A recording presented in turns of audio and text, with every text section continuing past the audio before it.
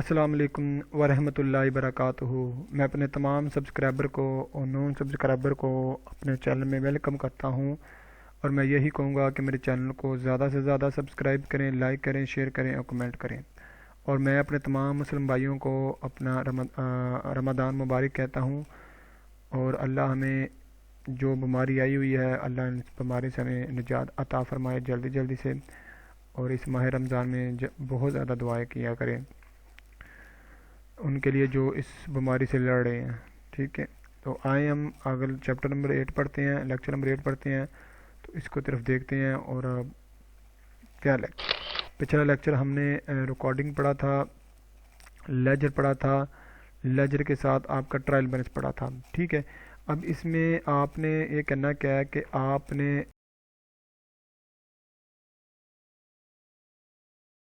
इस चैप्टर को, पिछले लेक्चर को, इसका लेक्चर बनता है 6 और 7 लेक्चर बनता है। ठीक है, तो वो ज़रूर सुनिएगा ताकि आपको अच्छे तरीके से समझ आ सके।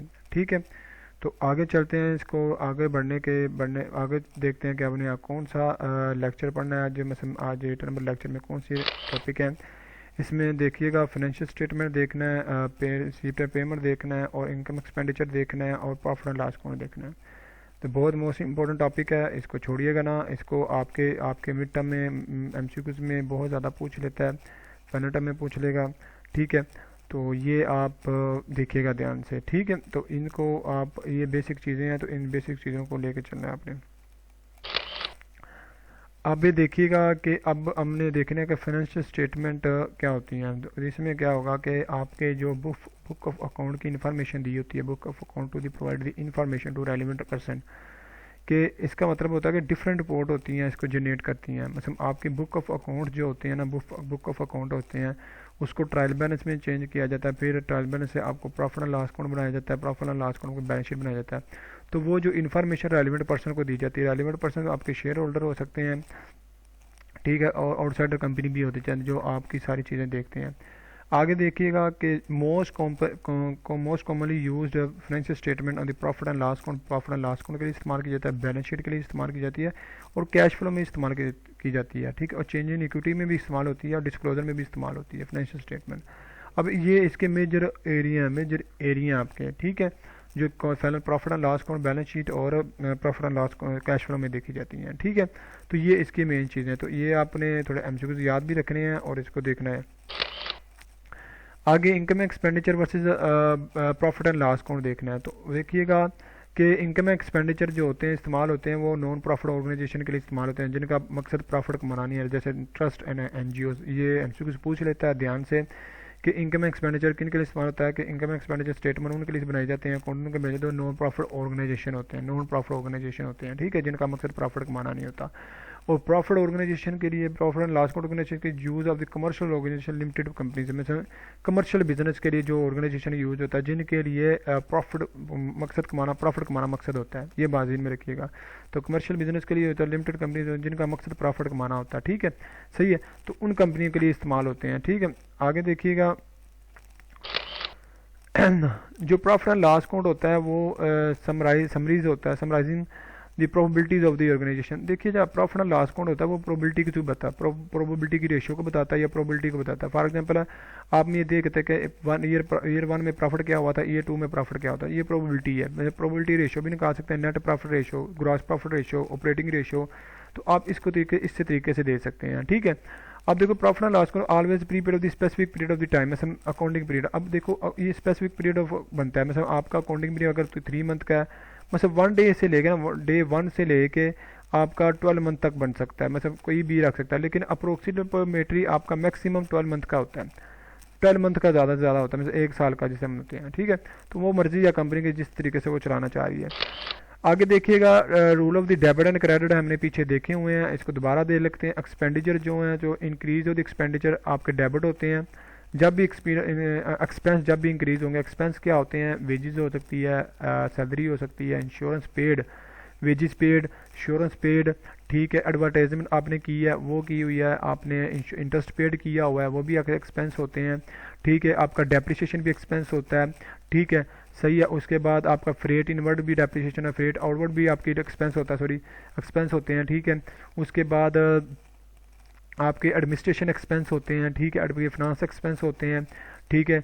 उसके बाद आपके रेंट पेड किया होता है, बिल पे किया होता है, ये सारे एक्सपेंस हैं आपके। तो ये जब भी इंक्रीज़ होंगे आप पे करेंगे, जब भी आप पे करेंगे तो इंक्रीज़ होते हैं, तो इंक्रीज़ होंगे तो डेबिट होंगे, ठीक है। जब ये कम हो जाते हैं, फॉर एग्जांपल कम हो जाते हैं, तो ये क्रेडिट हो जाते हैं, ठीक है। इनकम को तरफ देखते हैं, इनकम में देखते हैं, इनकम जैसे आप सैलरी रिसीव करते हो, मतलब ये बिजनेस के लिए इंटरेस्ट रिसीव करता है, कमीशन रिसीव करता है, ठीक है, जिसके साथ रिसीव आ जाता है, मतलब अक्सर औकात सबके साथ नहीं रिसीव आ जाता है, मतलब आपका इंटरेस्ट रिसीव, ठीक है, income receive, other income receive, other income जिसे हम अदर इनकम भी कह जाते हैं, वो भी आपकी इनकम होती है। सेल आप करते हैं, सेल भी आपकी इनकम होती है, ठीक है। ये इंक्रीज़ होती हैं, जब वो कहते हैं इंक्रीज़ होती हैं, तो ये इंक्रीज़ होती है तो क्रेडिट होती हैं, तो डिक्रीज़ होती है तो डेबिट होती हैं, ठीक है। इसका ऑपोजिट आपका बैलेंस होगा, ये डेबिट है तो इसका ये इंक्रीज़ हो रहा है, एक्सपेंस इंक्रीज़ हो रहा है, डेबिट होगा, अगर इनकम इंक्रीज़ हो तो क्रेडिट होगी। ये डिक्रीज़ हो रहा है, एक्सपेंस डिक्रीज़ हो तो क्रेडिट होगा, ये इनकम डिक्रीज़ होगी तो डेबिट होगी, तो इन्वर्स आपका इफेक्ट जाएगा। इसकी प्रैक्टिस भी हम देखेंगे, हम चाहेंगे अपलोड करेंगे डिबलेंटी सिस्टम, ताकि आपको अच्छे तरीके से समझ लग जाए, ठीक है। आगे देखिएगा, जो क्लासिफिकेशन ऑफ एक्सपेंस है, एक्सपेंस को क्लासिफिकेशन को देते हैं cost of goods. Cost of goods ये क्लासिफिकेशन की सबसे बड़े कास्ट ऑफ गुड्स जो सेलिंग के दरमियान आपकी कास्ट आई है, इसको देख लेते हैं कि is cost income the purchase और मैन्युफैक्चरिंग प्रोडक्ट ऑर्गेनाइजेशन सेलिंग, या तो वो कास्ट इनकम देते जो आप जब परचेज करते हो, ठीक है। परचेजिंग भी आपका कास्ट ऑफ गुड्स का हिस्सा, जब जारी बात आप परचेज करोगे तो उसको सेल करोगे ना, बना के या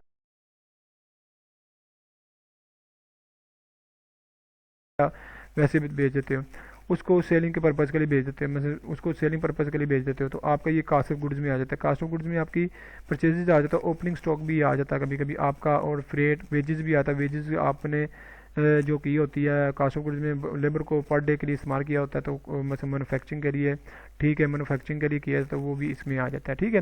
एडमिनिस्ट्रेशन में देखिएगा, एक्सपेंस इनकर दी जनरली एडमिनिस्ट्रेशन बिजनेस, जो बिजनेस के एडमिनिस्ट्रेशन में एक्सपेंस आता है वो आपके एडमिनिस्ट्रेशन एक्सपेंस आ जाते हैं, एडवर्टाइजमेंट एक्सपेंस आ जाते हैं, एडमिनिस्ट्रेशन एक्सपेंस आ जाते हैं, वो सारे देखें।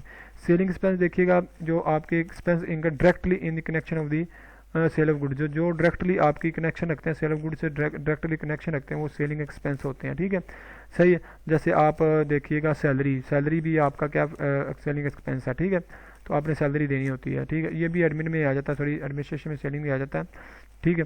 तो देखिएगा, इसे किसी एग्जांपल दे दीजिएगा, देख लीजिएगा, मुझे माइंड में भूल गई है। फाइनेंशियल एक्सपेंस क्या होता है, इंटरेस्ट चार्ज किया जो पेड करते हैं, लोन बैंक से लोन लिया होता है, उस पर जो आप इंटरेस्ट पेड करते हैं, तो वो आगे फाइनेंशियल एक्सपेंस होता है। इसमें एमसीक्यूज आ जाते हैं, ये बातें में रखिएगा। अब देखिए, receipt and payment summarising record of the actual receipt and payment organisation में, इसमें देखते हैं कि आपने एक्चुअल रिसीव कितना पेमेंट किया, कितना रिसीव किया, मतलब रिसीव या पेमेंट, इसमें सरप्लस आता है या डेफिसिट आता है, ठीक है, या तो आपका सरप्लस प्रॉफिट को कहते हैं, डेफिशिएंट लॉस को कहते हैं, ठीक है। तो ये देखा जाता है आपका, इसमें से एक्चुअल आपकी रिसीप्ट ज़्यादा है या पेमेंट ज़्यादा है, रिसीप्ट ज़्यादा है तो आपका सरप्लस है, पेमेंट ज़्यादा तो आपका डेफिसिट है, ठीक है। जैसे पाकिस्तान में सूरतें देखिए ना, पाकिस्तान डेफिसिट में जा रहा है, लॉस में जा रहा है, इसकी पेमेंट ज़्यादा है, रिसीप्ट कम है, ठीक है। अब देखिएगा, इसमें ये देखिएगा कि प्रॉफिट एंड लॉस अकाउंट है, कि प्रॉफिट एंड लॉस अकाउंट में ये देखना है कि हमने ये देखिएगा दो तरीके हैं इसको प्रॉफिट एंड लॉस से। पहले नेम ऑफ एंटिटी लिखना है, मतलब नेम कंपनी का नाम लिखना है, जैसे एक्स वाई कंपनी को, ठीक है, ऐसे लिखना है, एक्स कंपनी, वाई कंपनी या अली को कंपनी, इस तरह के नाम होंगे। उसमें लिखना है कि profit and loss account for the year ended, period ending या ईयर एंडेड लिखना है, मतलब 31 दिसंबर 2010, 31 दिसंबर 2001, ये डेट दी होगी वो आपने लिखना ज़रूर है।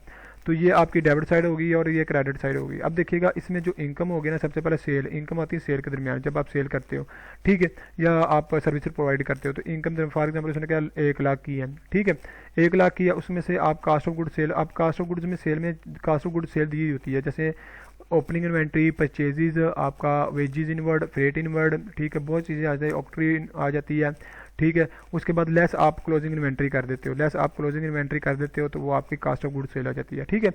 अब देखिएगा, इसमें कास्ट ऑफ गुड सेल आप लेस कर दोगे, मतलब 1 लाख में से 60,000 लेस कर दोगे, तो ये 40,000 आपका ग्रास प्रॉफिट आ जाएगा, ठीक है, मतलब income less cost of sale gross profit उसने बताया भी हुआ, ठीक है। अब ये जो टोटल बैलेंस आ जाएगा, ये देखिए 1 लाख आ जाएगा, ये 1 लाख आ जाएगा, तो ग्रॉस प्रॉफिट। अब ये कैरी ब्रॉडर बैलेंस है, बीडी बैलेंस है, ठीक है, हालांकि ये इसका बैलेंस है क्रेडिट बैलेंस का, क्योंकि आपका आंसर इक्वल लेने के लिए आपका इधर करना पड़ जाता है 40,000 आपने लिखा था। तो ये सी डी बैलेंस हो जाएगा, ग्रॉस प्रॉफिट क्या हो जाएगा, सी डी बैलेंस हो जाएगा, इधर आ जाएगा, ठीक है, क्रेडिट साइड अपनी साइड पे आ जाएगा, तो 40,000 हो जाएगा। उसमें से आपने एक्सपेंस एडमिनिस्ट्रेशन एक्सपेंस है 15,000 के, सेलिंग एक्सपेंस है 15,000 के, फाइनेंशियल एक्सपेंस है 5,000 के, 5,000 के, ये टोटल बनता है आपका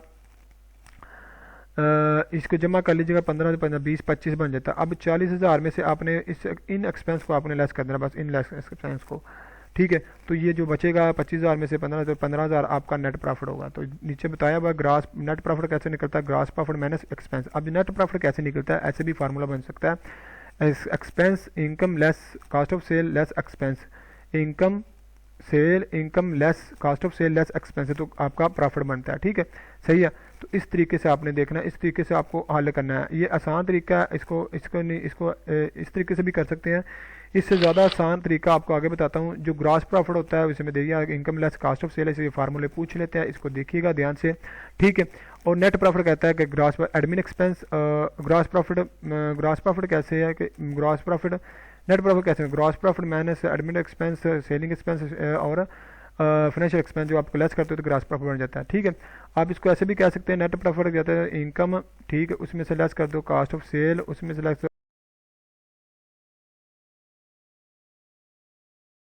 एक्सपेंस लेस कर दो, सारे जितने भी एक्सपेंस हैं लेस कर, फाइनेंशियल एडमिन सारे एक्सपेंस कर दो, तो आपका नेट प्रॉफिट आ जाता है, ठीक है। ऐसे भी आ सकता है, ठीक है। तो ऐसे ही उसने बात की, सीधी सीधी बात की हुई है। आगे देखिएगा जो उसने देखना, आगे देखना कि हमने स्ट्रेट फॉरवर्ड तरीका देखना है। ये तरीका आसान है, वैसे ये तरीकों का अडॉप्ट करिएगा। बस ये आपका एंटिटी नेम लिखना है, कंपनी का नेम लिखना है, XYZ company, profit and loss account, ये आप प्लीज़ जरूर लिखिएगा। इसके मार्क्स होते हैं, ये बाजेन में रखिएगा, ये सारे फार्मेट के मार्क्स होते हैं, ठीक है। आपको 5 नंबर का है तो इसका 1 मार्क्स होगा, ठीक है। Profit and loss account for the year ended आपने लिखा है। उसके बाद अगर सबसे पहले आपने इनकम लिखी 1 लाख, उसमें से कास्ट ऑफ गुड्स लिख दी 60,000, बाकी बचा क्या 40,000 आपका ग्रास प्रॉफिट, ठीक है। उसके बाद आपने जितने भी एक्सपेंस है, सेलिंग एडमिनिस्ट्रेशन जितने भी आपके एक्सपेंस है वो आपने लेस कर देने हैं, ठीक है। तो ये 15,000 है, 5,000 है, 5,000 25,000 बन जाता है, ये 25,000 आगे इसमें से लेस कर देता है 15,000। और बाज़ दिया होता है, बाज़ को उसने ये नहीं बताया एडमिनिस्ट्रेशन एक्सपेंस सेलिंग एक्सपेंस ये नहीं बताया, उसने दिया होता है रेंट है और सैलरी है और उसके बाद इंटरेस्ट पे किया हुआ है हमने, ठीक है। उसके बाद आपने एडवर्टाइजमेंट एक्सपेंस लिखा हुआ है, तो फिर आपने डिवाइड नहीं करना उसको, ये एडमिनिस्ट्रेशन एक्सपेंस है ये आपने ये करना है, सीधा सीधा लिख देना है, लेस लिखना है, लेस करके आपने सैलरी लिख देना है, सैलरी के अमाउंट लिख देना है, एडवर्टाइजमेंट एक्सपेंस में एडवर्टाइजमेंट एक्सपेंस अमाउंट, तो ये आपके एक्सपेंस है जो आपने इधर इधर साथ रखते हैं, ठीक है। तो ये बाजीन में रखिएगा, तो ये आपका नेट प्रॉफिट आ गया।